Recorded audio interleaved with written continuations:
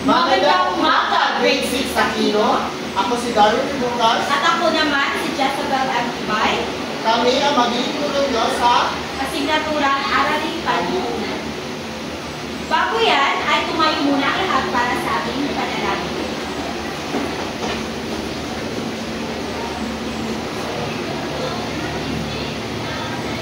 Nimfa, maaari mo bang pumunaan natin sa lahat? Sa ngalan ng Ama, ng Anak, ng Espiritu Santo. Panginoon Diyos, aming Ama, nagpapasalamat kami sa pagkakataon na muling magkakasama para sa aming pagdalali ng Panginoon. Kaya aming naramdaman ang iyong presensya para kami nanalangin at nagpapakalapit sa iyo. Sa ngalan ng Ama, ng Anak, ng Espiritu Santo. Amen. Magandang umaga, grade 6 Aquino. Magandang umaga po, mga guro. Kumusta kayo? Mabuting ako. Maaari na umupo ang lahat. Ngunit bago yan ay maaari ba ayusin mo na ang mga upuan? May lumiban ba sa klase? Wala po. So ngayon, para mas maunawaan ng ating tatalakayin ay may aktibidad na kayo na ipapagawa ni Ginoong Barbie. magandang umaga ulit, grade 6 Aquino. Magandang umaga po. Ginoong Darwin. Handa na ba kayong matuto? Opo.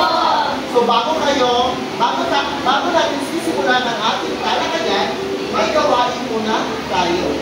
So ang titulo ng ating gawain ay ang pagkamit ng kalayaan, lakas ng bayan. So bago yan, may tatanong muna ako sa inyo. May idea ba kayo kung paano nakamit ng mga Pilipino ang kalayaan mula sa pamumuno ni dating Pangulong Ferdinand Marcos Sr.? Wala po. So para malaman natin, may video ako ipapakita sa inyo. At titignan lamang o obserbahan lamang video yon. Maliwanag ba? Opo.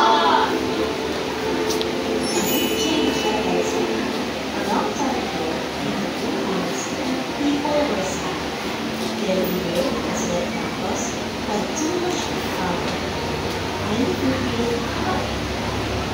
A big change had arisen. A long time ago, in the Philippines, people were sad. Their leader, President Marcos, had too much power. Many Filipinos felt scared because they couldn't speak freely, and some were treated unfairly. One day, brave Filipinos decided to stand together and ask for change. On February 22, 1936, thousands of people gathered in a big road called EDSA. They didn't hear us.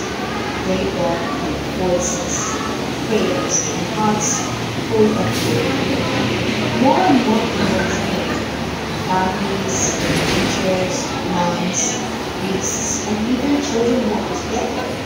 They held hands, waved flags, and sang songs of freedom.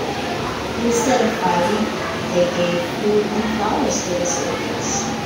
The soldiers were confused. Why are these people here? They wondered. But when they saw the kindness and bravery of the crowd, many of them put down their weapons and joined the people instead. For 4 days, the streets of EDSA were filled with love, courage, and unity.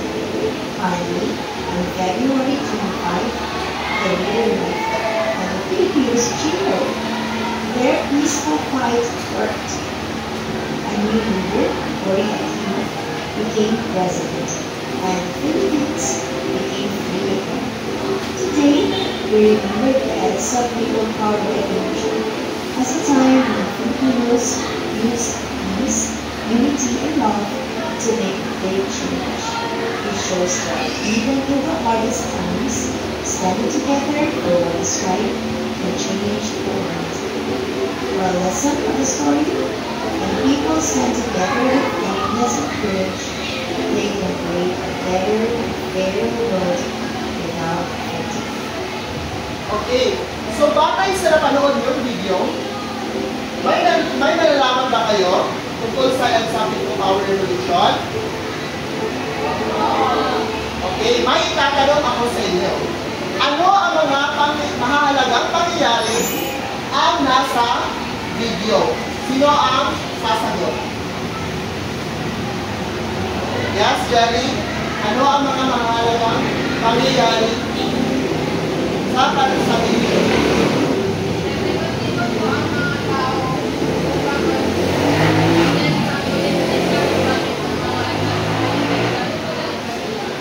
Okay? Yes, Nympha? Ang mahalagang nangyayari po doon ay yung mga tao ay naglakas loob po silang patalsikin si Ferdinand Marcos Sr. sa kanyang power kung saan ay mali ang kanyang pagdadala sa ating bayan. Okay, magaling Nympha. Bigyan ng tatlong bagsak si Nympha at Jerry. 1, 2, 3. Okay, mahusay. So, ngayon, may gawain na naman tayo. Handa na ba kayo ulit, mga bata? Okay, so ang ating gawain ay kwento ng larawan ng people power. So, ang klase ay hahatiin sa tatlong grupo at ang bawat grupo ay bibigyan ng magkaibang set ng mga larawan. So, 1,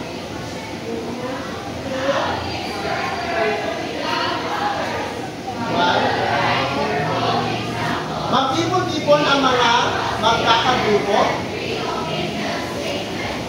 Group 1, Group 2, and Group 3. So, susulat na isang maikling talata dito 5 na pangungusap na naglalarawan sa nangyayari ang bawat grupo. Pagkatapos, sumulat ng isang pang talata na nagpapaliwanag kung bakit sa tingin nila ay mahalaga ang pangyayari ito sa Revolution People Power.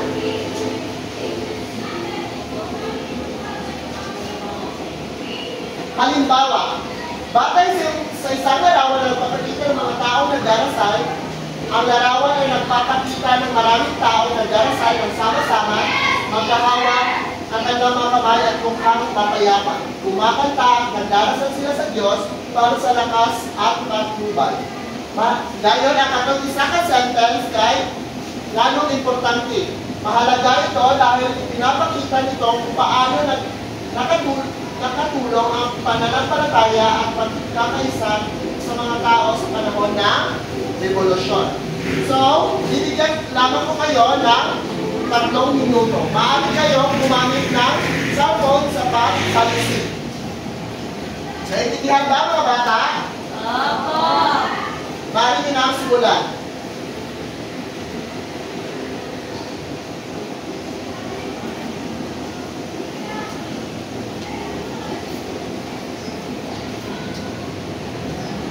Tapos na ba mga bata? Opo. Handa na ba kayong ipresenta ang inyong nagawa dyan? Opo. Okay, so ang unang mag-presenta sa kanilang nagawang gawain ay ang Group 1. Sino ang? Okay. Nympha, pangunahan. Makikita po natin sa larawan na may maraming tao at may mga military. So ito ay nagsasaad na tumutukoy sa mga kilos protesta. So sila yung mga gumagawa ng protesta. Pakikibaka at kilusang revolusyonaryo na sumitla bilang tugon sa authoritarian at mapanupil na pamahalaan ni Pangulong Ferdinand Marcos Sr. Matapos niyang ideklara ang batas militar o martial law noong Setyembre 21, 1972.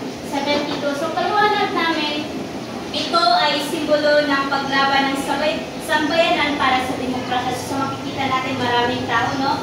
At karapatang pantao at kalayaan laban sa isang mapaningin na pamahalaan. Yun lang po. Okay, magaling bigyan ng 3 bagsak si Nympha. Okay, Group 2. Ano ang larawan? Ito po ang aking larawan. At ang larawan nito ay tumutukoy sa pagkakaisa. At ito ay sandigan ng paglaban sa diktadura at pagnanais ng kalayaan. Pagla ng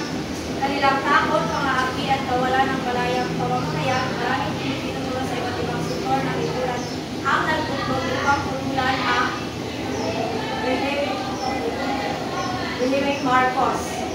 At ang paliwanag naman sa larawang ito ay ang pagkakaisa ng mga Pilipino sa panahon ito ay hindi lamang pisikal na pagtitipon, kundi pagkakaisang moral, makabayan at spiritual upang ipaglaban ang demokrasya. Okay, mahusay. Group 2, bigyan ng tatlong bagsak ang Group 2. 1, 2, 3. Okay, magaling. At panghuli ang Group 3, maaari nyo nang representa ang inyong nagawang gawain.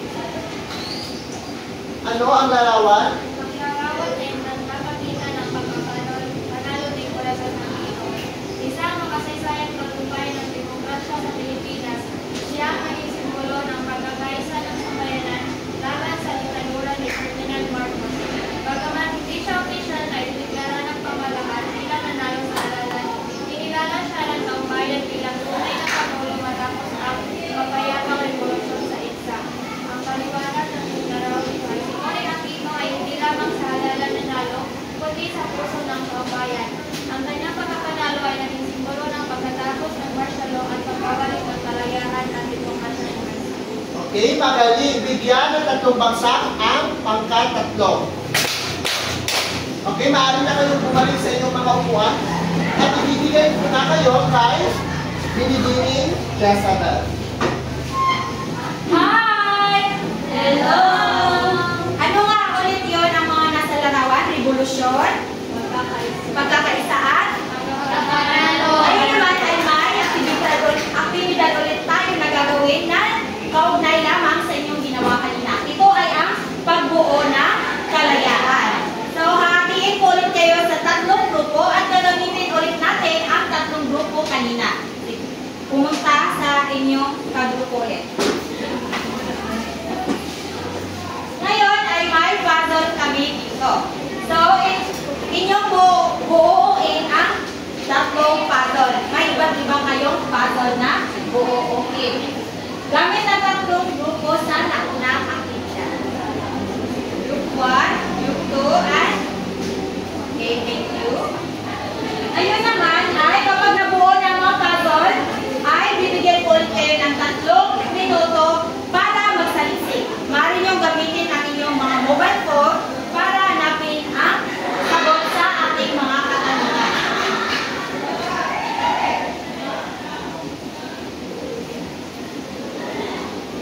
Okay?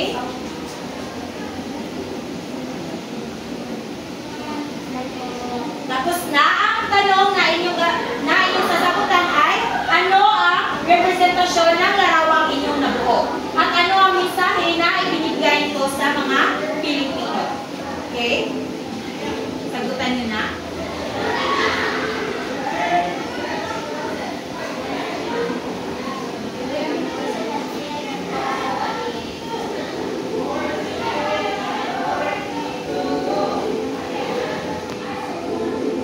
Malapit na bang matapos?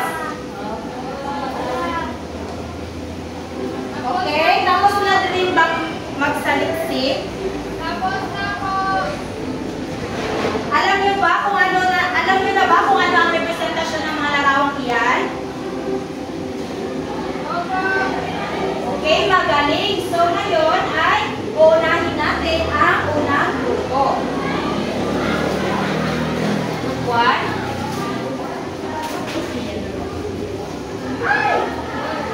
Teacher, na ano yung puzzle namin?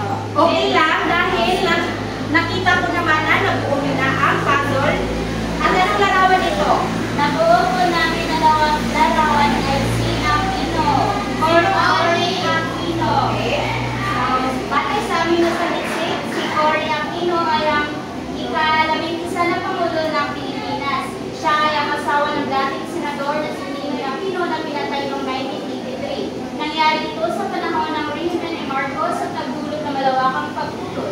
Si Cory Aquino ay nagsisimulo ng paglaban sa diktadura ni Marcos at ang kanyang pagkapanalo sa halalan noong 1986 ay nagsimula ng People Power Revolution na nagtapos sa rehimen ni Marcos. Okay, magaling. Bigyan ng 3 bagsak. Okay, group 2. Ang nabuo po namin ay Yellow Ribbon. Ang Yellow Ribbon ay isang simbolo ng pag-asa at pagtulitay. Ginamit ito bilang simbolo ng pag-asa sa panahon ng rehimen ni Marcos na nagpapahiwatig ng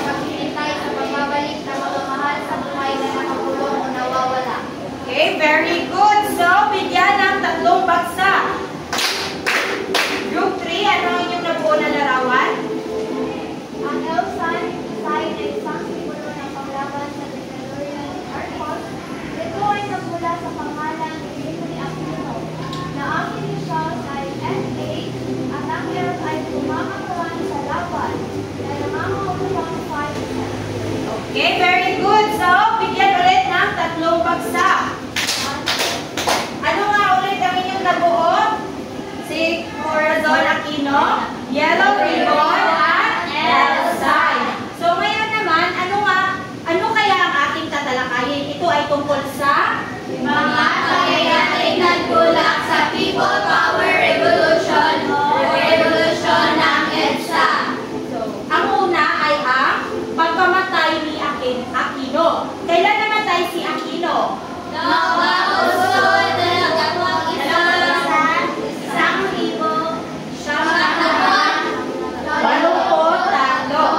Si Ninoy Aquino ay namatay noong Agosto 21, 1983. At ito ay kinagulat ng nasyon at ng buong mundo. At dahil dito, nagsimulang mag-aklas ang mga Pilipino laban sa diktadoryang si Marcos. Ferdinand Marcos Sr. So, sino ang ating Pangulo ngayon? Si Ferdinand Marcos Jr. Anak ni Ferdinand Marcos Sr. Okay. At ang resulta at may nangyaring snap elections. At batay sa ginawang snap elections ay ang nanalo daw ay si Aquino at Laurel. So, si Aquino, Corazon Aquino at si Ginoong Laurel. At dahil doon, subalit, ipinoproklama pa rin ng batasan at COMELEC na sina Marcos at Tolentino daw ang nanalo sa eleksyon. So, di ba makikita natin na hindi tugma ang resulta. Dahil ito ay sinuportahan ng mga kusang nagbantay sa partido ni Aquino na nanalo daw ay si Aquino at Laurel. Habang sa COMELEC, ang sinabi naman nila na ang nanalo ay si Marcos at Tolentino. Next is ang pag-alis ng suporta. So, pag-alis ng suporta ni Juan Ponce Enrile at Vice Chief of Staff na si sino? Lieutenant General Fidel Ramos. Ang mga membro ng Reform the Armed Forces Movement, mga opisyal at mga leader ng oposisyon ay nagtipon sa Campo Aguinaldo at sila ay pinalaang maaaring hulihin kahit anong oras. Ang tunay na nanalo sa snap election. So dito makikita or malalaman natin kung sino talaga ang nanalo. So sino ang nanalo batay sa nasa TV? Si Aquino At si Laurel. So, pakibasa. Si Aquino na nasa Cebu nang marinig ang balitang ito ay pumunta sa kumbento upang magtago matapos makatanggap ng mga pagbabanta sa kanyang buhay. O diba? Nalaman na kung sino talaga ang totoong nanalo. At si Aquino ron ay nasa Cebu. Nagtatago siya dahil may mga banta sa kanyang buhay. Dahil yung isang partido o yung kabilang partido ay hindi matanggap na ang gusto ng mga mamamayan na mamuno ay si Aquino at Laurel. So, dito naman ay ang pagtawag na sa mga tao.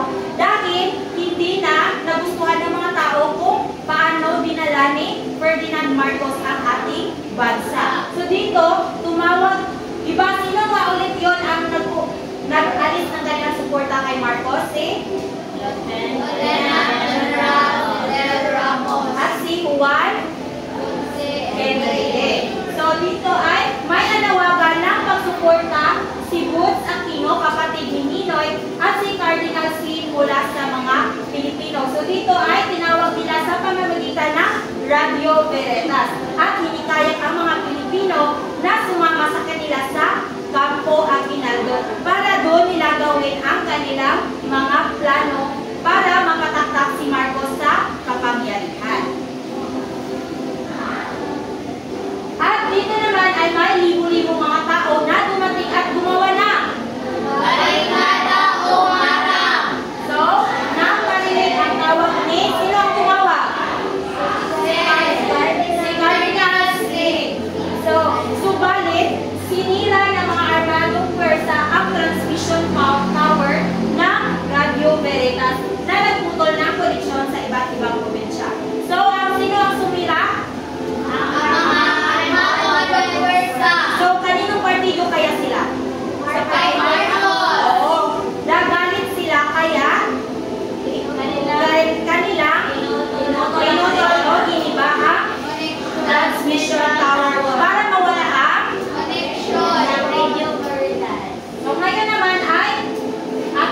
inyo ang pagtawag sa mga tao at si Ginong Darwin naman ang mag-discuss. Okay, so i-continue ko ang pag-discuss ni Jezebel. So, ang pagtawag sa mga tao. Tinawag ni Ramos ang presensya ng mas maraming tao. Tinawag niya ang incident ito na revolution of the people. So, kung tinawag ni Ramos?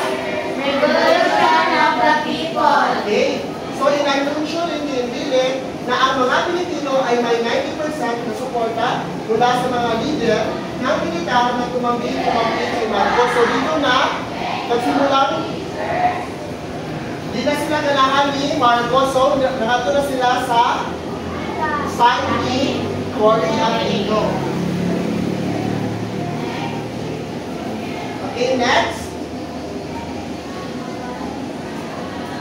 Lumabas si Marcos sa telebisyon at ipinagwalit na ang mga tapat na armadong Persa ay maaaring umatake sa Campo Aguinaldo. So, si Marcos ay gumawa ng press call or para ipahayag ang live na ipahayag sa publiko na pwedeng maging sanhi ng gulo. Napag-desisyonan ni Ville na lumipat sa Campo Crame kasama ang mga sumuporta sa kanya. Pinatigil sila ng mga pwersang militar at mga tangke. Nagdasal ang mga tao at hindi hiwalay, umawit sila ng bayan ko. Ano nga ang kanilang inawit? Bayan ko! Okay. Inawit nila ang kantang bayan ko. At nag-alok ng pagkain sa mga sundalo. Habang pagtuloy na sumusulong ang mga tangke, mas tumakas ang pag-awit ng mga tao at pagdasal ng taimtim. Bumalik sa Manila si Aquino at nagipana ang mga usapan tungkol sa provisional na gobyerno na kanyang pamumunuan ni Aquino. So, ang naganap na revolusyon ay gamit ang pagdarasal at mga tangke. Ang ginamit ng mga tao ay pag-awit at pagdarasal. Hindi sila gumamit ng gahas. Ang sunod naman nangyari ay dalawang inaugurasyon. Noong Pebrero 25, ininaos ni Cory Aquino ang kanyang inaugurasyon sa Club Filipino. Habang nangyayari ito, idinaos naman ni Marcos ang kanyang inaugurasyon sa Malacanang. Subalit, napalitan si Marcos na lumipat at magtago sa Hawaii. So, dili na nilaya si Marcos. Asa siya niyadto? Sa Hawaii. Niyadto siya sa Hawaii. Sinalakay ang Malacanang at ang kanilang marangyang pamumuhay ay nabunyag sa publiko. So, na-unfold ang stories sa pamilya Marcos. Dagan silang mga sekreto na Nalito katong nakitaan ang mga paintings na mahal kaayo ni Imelda Marcos, katong ka-Picasso, worth 1 million niya katong uban pa. Next. Ang People Power Revolution. Naging matagumpay ang People Power Revolution para sa mga Pilipino at tinawag itong Bloodless Revolution dahil walang tutukan at walang nasaktan. So ano nga ang ginamit ng mga tao noon? Hindi sila gumamit ng ahas. At tandaan, maraming pangyayari ang nagtulak sa People Power Revolution na inalis ni Ville at Ramos ang kanilang suporta sa Administrasyong Marcos. Dumating ang mga Pilipino sa Campo Aguinaldo upang suportahan at protektahan sila. Sa pangunguna ng maraming leader, marami pang dumating at nanatili. Hindi sila naghiwalay kahit may presensya ng mga tangke, baril at pwersang militar. Ang Bloodless Revolution ito ay tinawag na People Power Revolution ng 1986. Ano nga ang Bloodless Revolution? People Power Revolution of 1986. Okay. So ano nga ulit ang mga pangyayari nagtulak sa People Power Revolution? Ang pagpapatay ni Aquino, resulta ng snap elections, pag-alis ng suporta, ang tunay na nanalo sa snap elections. elections, ang magtawag sa mga tao, dalawang inaugurasyon, at ang People Power Revolution. Okay? So ngayon, may naiintindihan na ba kayo sa ating tinalakay ngayon? Opo! At ibibigay ko na kayo kay Teacher Jezabel para sa gawain na naman. So, naiintindihan ba? Opo! Ngayon ay may gawain tayo. Ang tawag dito ay Haba ng mga bandila! So, may mga bandilang kami rito. Ang bandilang pula at ang bandilang dilaw. Ngayon ay bibigyan kayo ng tag-iisang pares ng mga bandila. At may mga pangungusap kaming babasahin ni Ginoong Darwin. At itataas nyo ang bandilang pula kung sa tingin nyo or base sa ating diniscuss kanina o tinalakay kung ito ba ay ang rason kung bakit nagkaroon ng People Powers Revolution. At dilaw naman ang itataas kung ito ay solusyon or ang resulta. Nagkaintindihan ba tayo? Opo! Okay, naintindihan? Ulit.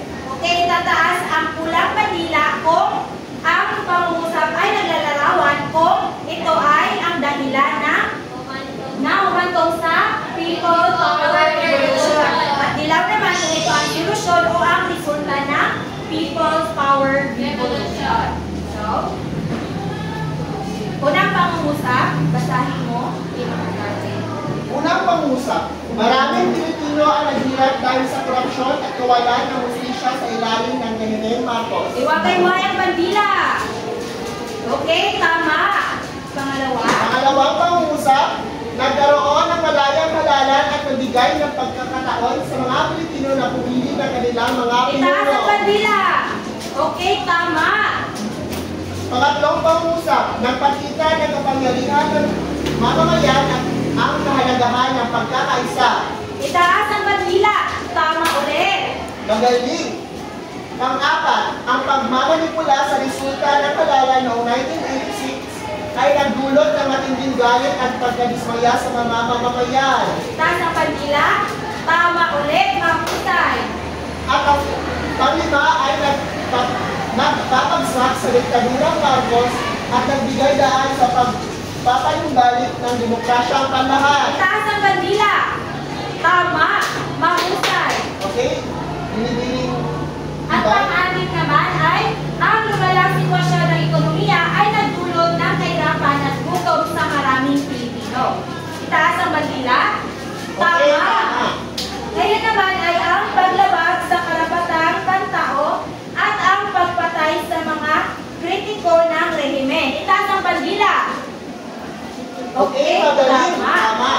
So makikita natin na naintindihan nyo na talaga ang ating tinalakay. Kaya naman ngayon ay may gagawin tayong gawain at ito ay tinatawag na Concept. mapping. So, hatiin ko kayo sa dalawang grupo. Ito ay ang unang grupo at ang pangalawang grupo. So, magbibigay ang guro ng tig-isang kartonina, Ginoong Darwin. Okay, salamat. May pentel ka siya. Okay. So, bubuo kada pangkat ng concept map hinggil sa tinalakay natin kanina na tungkol sa pangyayaring nagtulak sa People Power Revolution o Revolusyon ng EDSA. Pagkatapos ay ididikit nyo ito sa pisara. Dito nyo idikit sa ilalim, okay? Sa babang parte ng pisara. Simulan na.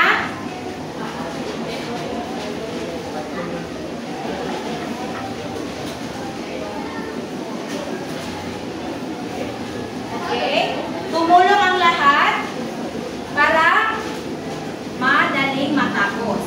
Dahil diba sa ating diskusyon ay mas maganda kung nagtutulungan ang mga tao para walang away at walang masamang mangyayari. Kaya naman, atin din iyong i-apply sa ating gawain na magtulungan din ang mga mag-aaral o ang grupo para makamit nyo ang inyong hinahangad na matapos ang gawain. Ipinapagawa ng guro. Okay, makikita ko may nagtutulungan talaga.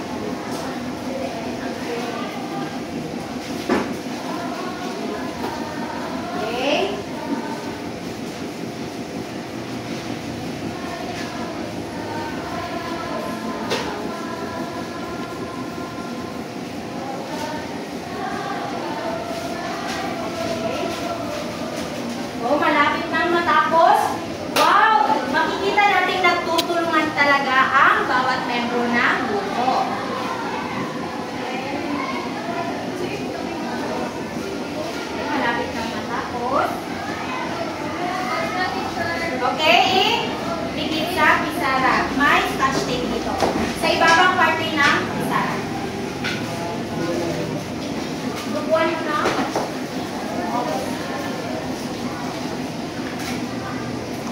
Okay, group 2. Malapit na rin matapos.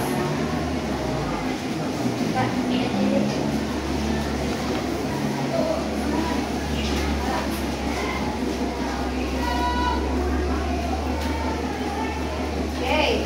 Aking i-check. Okay, tama. Nakikita talaga natin ang inyong naintindihan sa ating tinalakay, which is ang mga pangyayaring nagtulak sa People Power Revolution. So, bigyan ang mga sarili ng tatlong bagsak. Ngayon naman ay ang ating pagtataya. Ang pagtataya natin ay tinatawag na Revolution People's Power. So, kumuha kayo ng isang kapat na papel at sasagutan nyo ang nasa pisara. Ito ay 1 to 10 at titik lamang ang inyong isusulat sa inyong papel. Nagkaintindihan ba tayo? Opo! Okay, very good. So, magsulat na. Tapos na po. At may test ko. Maaari bang basahin? Ipaliwanag ang kahalagahan ng Revolusyong People Power sa kasaysayan ng Okay, Pilipinas. bibigyan ko lang kayo ng another 3 minutes. Tapos na ba? Opo! Sa test 1, paano naman sa test 2? Malapit na? Tapos na po. Okay, may natapos na at yung iba ay malapit na matapos. Tapos na? Opo! Okay, very good. Exchange. Okay, number 1, ang answer ay ang pagpatay sa sinumalagang tao ang nagdulot ng alon ng mga protesta laban sa rehimen ni Marcos. Letter C. Okay, check. Number 2. Ano ang resulta ng hindi opisyal na bilang sa snap elections? Ang hindi opisyal. Letter A. Hindi opisyal. Number 3. Sino ang mga pangunahing tauhan sa militar na binawi ang kanyang suporta kay Marcos? Letter B. Letter B. Very good. Number 4. Saan nagtago si Cory Aquino matapos mayag ang resulta ng halalan? Sa C! Letter C! Sa kumbento sa Cebu. Letter C. Number 5. Sino ang tumawag sa mga Pilipino para sa suporta sa pamamagitan ng Radio Veritas? A. Letter D. Letter D. I mean Cardinal C. Very good. Pang-anim. Ano ang tawag sa Revolution People Power? Dahil sa hindi paggamit ng karahasan. Letter C. Okay, Revolution. Walang dugo. Number 7. Ano ang ginawa ng mga sandatahang lakas upang maputol Ang ang komunikasyon. komunikasyon sa panahon ng revolusyon? Letter C. Winasak ang tore ng Radio Veritas. Okay, number 8. Anong awit ang kinakanta ng mga nagproprotesta sa panahon ng revolusyon? Letter B. Okay, ang Bayan ko. number 9. Sino ang mangunguna sa pansamantalang pamahalaan? A. Corazon. Aquino. At number 10, saan lumipat si Kyle Miller at ang kanyang mga taga-suporta matapos ang talumpati ni Marcos sa telebisyon? Letter B. Letter B. Letter A, Cap Aguinaldo. So, sino ang naka-perfect sa test 1? Wala. Line po, teacher. So, atin munang laruin. Sila ay lumipat sa Camp Aguinaldo. At yung test ko naman ay kami na ang mag-check. So, please pass forward. Sa atin namang takdang aralin,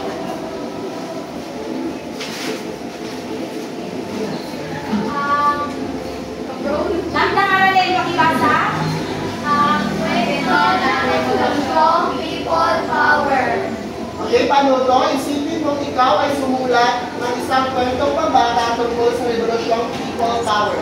Gamitin ang mga larawan bilang inspirasyon. Ang iyong kwentong pambata ay dapat maglaman ng mga sumusunod. Mga tauhan, tangkuhan, pangangkas, mga larawan, at pamagat. At may dapat isa alang-alang na mga tanong. Ano ang kagunahing dahilan kung bakit nagprotesta ang mga tao? Paano nila pinakita ang kanilang suporta? Ano ang pinalabasang revolusyon at bakit mahalaga ang Rebolusyong People Power sa mga Pilipino? So ano nga ulit ang inyong takdang aralin? Simulat ng isang kwentong pambata tungkol sa Rebolusyong People Power. Ano nga ang laman sa kwento? Dapat may tauhan, tangkuhan, balangkas, malalarawan at pamagat. Okay. May naiintindihan ba kayo sa ating tinalakay ngayon? Opo!